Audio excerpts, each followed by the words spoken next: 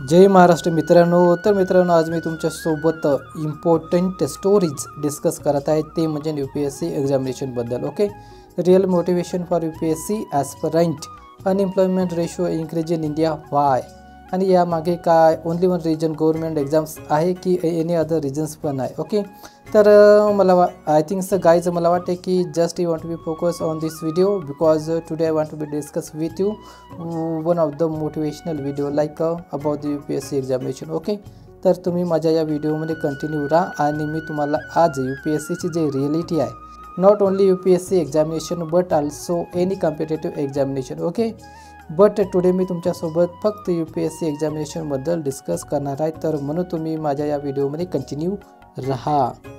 तर बघा मित्रांनो, हा जो डेटा आहे मी गुगलवरती सर्च केलेला आहे. हा जो डेटा आहे 2023 to 24 इयर्सचा आहे. ओके, तर 2024मध्ये 13 lakh candidate, 13 lakh plus candidate appear झाले होते. ओके, तर 13 लाख कॅन्डिडेट अपियर झाले होते. त्यामधून प्रिलिम्स किती कॅन्डिडेटने क्वालिफाय केली, मेन्स किती कॅन्डिडेटने क्वालिफाय केली, आणि आफ्टर इंटरव्ह्यू किती कॅन्डिडेट्सने फेस केला, आणि त्यानंतर किती कॅन्डिडेट्सचं सिलेक्शन झालेलं आहे. ओके, तर यामध्ये पूर्ण डिटेल्स मी तुम्हाला सांगणार, आणि आपल्या देशामधील जे अनएम्प्लॉयमेंट रेशो आहे तो इन्क्रीज होत आहे, तो कसा आपल्याला डिक्रीज करायचा आहे, तो कसा प्रकारे आपल्याला डिक्रीज करायचा आहे, याचं जे डिसिजन आहे तुम्हाला मला घ्यायचं आहे. कारण की या फेजमुळेच बहुतांश मुले आपल्या देशामध्ये अनएम्प्लॉयमेंट होत आहे.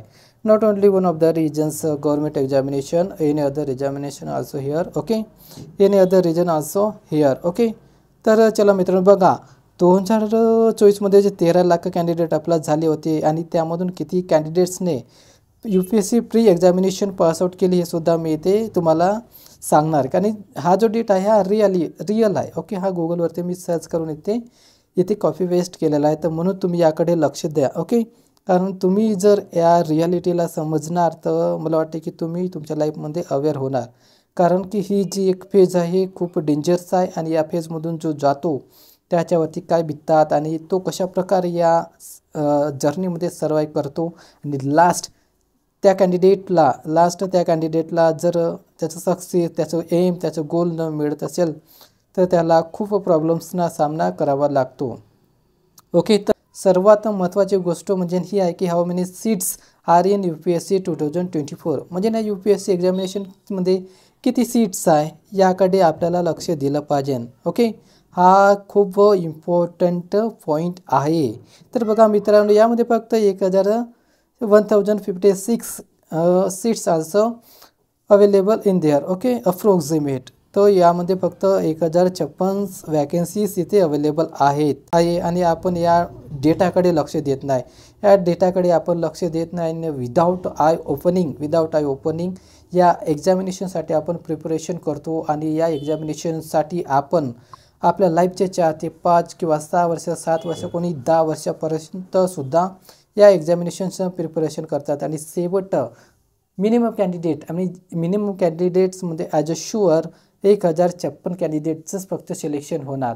13 लाख जे कॅन्डिडेट होते त्यांनी अपियर झाले, पण शेवट 1000 मिनिमम जरी पकडलं तर आपण 1000 candidates also selected in this examination. Okay, त्याच्या व्यतिरिक्त जास्त कॅन्डिडेट यामध्ये सिलेक्शन होणार नाही, तर अनएम्प्लॉयमेंट जो रेशो आहे तो ऑटोमॅटिकली वाढणारच, इन्क्रीज होणारच. ओके, तर बघा दुसरी गोष्ट पुन्हा आहे की how many students qualify in prelims 2024. How many students qualify in prelims 2024 याकडे पण तुम्ही लक्ष द्या मित्रांनो. बघा हा जो डेटा आहे हा रिअल डेटा आहे, तो मी गुगलवरती सर्च केला. बघा 13 लाख जे candidate, maximum 13 lakh candidate okay near about प्रिलिम्ससाठी अफेअर झाले होते फक्त त्या, आणि त्यामधून 14,627 कॅन्डिडेट यांनी प्री एक्झामिनेशन क्वालिफाय केलेली आहे. तर बघा त्यामधून 13मधून फक्त 14,000 कॅन्डिडेटने ही एक्झामिनेशन क्वालिफाय केले. तर बघा मित्रांनो, अनएम्प्लॉयमेंट रेशो किती वाढलेला आहे, यावरती तुम्हीच ऑब्झर्वेशन करू शकता, आणि तुम्हीच तुमच्या लाईफचं काय डिसिजन घेऊ शकता. माझं फक्त तुम्हाला सांगणं, गायडन्स करणं खूप इम्पॉर्टंट आहे, कारण की या फेजमधून मी गेलेलो आहो, आणि काय प्रॉब्लेम्स मी माझ्या लाईफमध्ये फेस करत आहे ते मलाच माहिती आहे. म्हणून मला वाटते की तुम्हीसुद्धा या प्रॉब्लेम्सना बळी पडू नये, तुम्हीसुद्धा तुमच्या लाईफमध्ये हे प्रॉब्लेम्स क्रिएट करू नये, म्हणून मी तुम्हाला चांगल्या प्रकारे गायडन्स करत आहो. आपल्यासाठी not only this examination but also any goals also appear in our lives, any goals also here in our lives. Okay, so just you want to be try to doing something about in your lives, not only for the any competitive examination. Okay, no, and not any private jobs. Okay, तुम्ही तुमच्या life खूप काही करू शकतात, म्हणून मी तुम्हाला सांगणार माझ्या या यूट्यूब चॅनलमध्ये मी तुम्हाला गायडन्स करणार प्रॉपरली. कारण की मी पण माझ्या लाईफमध्ये आता काय करणार, आता काय करत होतो हे सर्व तुम्हाला मी येणाऱ्या व्हिडिओमध्ये एक्सप्लेन करणार. बघता आता तुम्ही या रेशोकडे लक्ष द्या.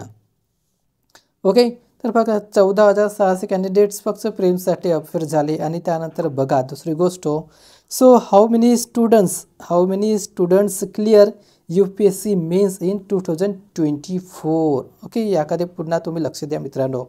14,000 कॅन्डिडेट्स फक्त UPSC मेन्स एक्झामिनेशनसाठी अपिअर झालते. तर त्यामधून किती म्हणजे त्यामधून किती कॅन्डिडेट्स इंटरव्ह्यूसाठी सिलेक्शन झालं असेल याकडे पण तुम्ही लक्ष द्यायला पाहिजे. बघा मित्रांनो, यामधूनच तर आपल्याला अनएम्प्लॉयमेंट रेशो अंडरस्टूड होत आहेत. हो की नाही, 13 लाख कुठे होते आणि 14,000 कुठे आले. तर बघा, तर यामध्ये सक्सेसफुल जो रेशो आहे, सक्सेसफुल जो पर्सेंटेज आहे अप्रॉक्सिमेटली 1.9% अप्रॉक्सिमेट. ओके, या UPSCचा रिझल्ट आहे मेन्स एक्झामिनेशनसाठी. तर मित्रांनो बघा तुम्ही यामध्ये रियालिटी काय UPSCची. ओके, हा एक रिअल डेटा आहे, यामध्ये मी काही खोटं वगैरे बोलत नाही, यामध्ये काही मी बोलत नाही. ओके, तर मला वाटते की तुम्हाला याबद्दल समजलं असेल. आणि पुन्हा दुसरी गोष्ट म्हणजे नेक्स्ट स्लाईडमध्ये मी तुम्हाला एक्सप्लेन करून देते. आणि इथे बघा तुम्ही, so how many people are selected for an interview in UPSC. Okay, तर बघा 14,000 म्हणून किती कॅन्डिडेट या UPSC इंटरव्ह्यूसाठी अपिअर झाले असेल. तर बघा फक्त इथे 2,529 कॅन्डिडेट फक्त UPSC मेन एक्झामिनेशनसाठी सिलेक्ट झाले. मग विचार करा मित्रांनो, फक्त 14,000 कुठे आणि 2,000 कुठे. मी असं नाही म्हणत की प्रत्येकांमध्ये जे ॲबिलिटी असते, स्ट्रॉंग ॲबिलिटी असते UPSCला क्लिअर करण्यासाठी, पण मित्रांनो आपण त्याकडे लक्ष देत नाही. ती गोष्ट म्हणजे वॅकन्सी किती आहे याकडे आपल्याला लक्ष द्यायला पाहिजे. विदाऊट आय ओपनिंग आपण एक्झामिनेशनचं प्रिपरेशन करतो. मला माहीत आहे माझ्यामध्ये पण ॲबिलिटी आहे, तुमच्यामध्ये पण ॲबिलिटी आहे, तुम्ही क्लिअर करू शकता. तर मित्रांनो आपण किती स्ट्रगलिंग केलं, शेवट ज्या एंडिंग स्टेजवरती आपण पोचू त्यामधून फक्त मिनिमम कॅन्डिडेट सिलेक्ट होणार. ओके, तर बघा 2,529 कॅन्डिडेट आणि 0.20. पुन्हा दुसरी गोष्ट म्हणजे यामध्ये मी तुम्हाला एक्सप्लेन करते, how many IAS are selected in 2024. म्हणजे किती कॅन्डिडेट्स या UPSCमध्ये सिलेक्ट झाले असेल. ओके, तर फायनल रिझल्ट बघा, UPSCचा जो फायनल रिझल्ट आहे त्यामध्ये बघा फक्त 1,016 candidates also selected in this examination. Okay, और इन दिस पोस्ट. तर बघा मित्रांनो रेशो किती आहे. ओके नाही, तर मिनिमम जे 13 lakh candidates. Okay, near about पकडा आपण 13 लाख कॅन्डिडेट्स. ओके, यामध्ये अपिअर झालते आणि शेवट फक्त 1,016 कॅन्डिडेट सिलेक्टेड झाले. तर बघा आपल्या या दिशामध्ये फक्त या ओनली वन UPSC एक्झामिनेशनबद्दल मी डिस्कस करत आहे. तर 13 लाखमधून फक्त 1,016 कॅन्डिडेटचं सिलेक्शन झालं आणि त्यामधून अनएम्प्लॉयमेंट मॅक्झिमम पकडूया 12,87,000 कॅन्डिडेट्स यामधून काय झाले ते अनएम्प्लॉयमेंट झाले. तर बघा मित्रांनो ही जी रियालिटी आहे UPSCची आहे. हो की नाही, 13 लाख कुठे होते आणि 1,000 कॅन्डिडेट सिलेक्टेड कुठे झाले. आणि बघा 13 लाखमधून फक्त 12 लाख जे कॅन्डिडेट आहे ते अनएम्प्लॉयमेंट, 12 लाख काही जे कॅन्डिडेट्स आहे ते अनएम्प्लॉयमेंट झाले. तर मित्रांनो मला फक्त तुम्हाला हे सांगायचं होतं की आपल्याला आपल्या लाईफमध्ये काय करायला पाहिजे आणि काय नाही करायला पाहिजे, हेच मला तुमच्यासोबत फक्त डिस्कस करायचं होतं. ओके, मी तुम्हाला ही जी रियालिटी आहे UPSCची ही फक्त तुम्हाला एक्सप्लेन करून सांगितली आहे. तर याकडे तुम्हीसुद्धा लक्ष द्यायला पाहिजे.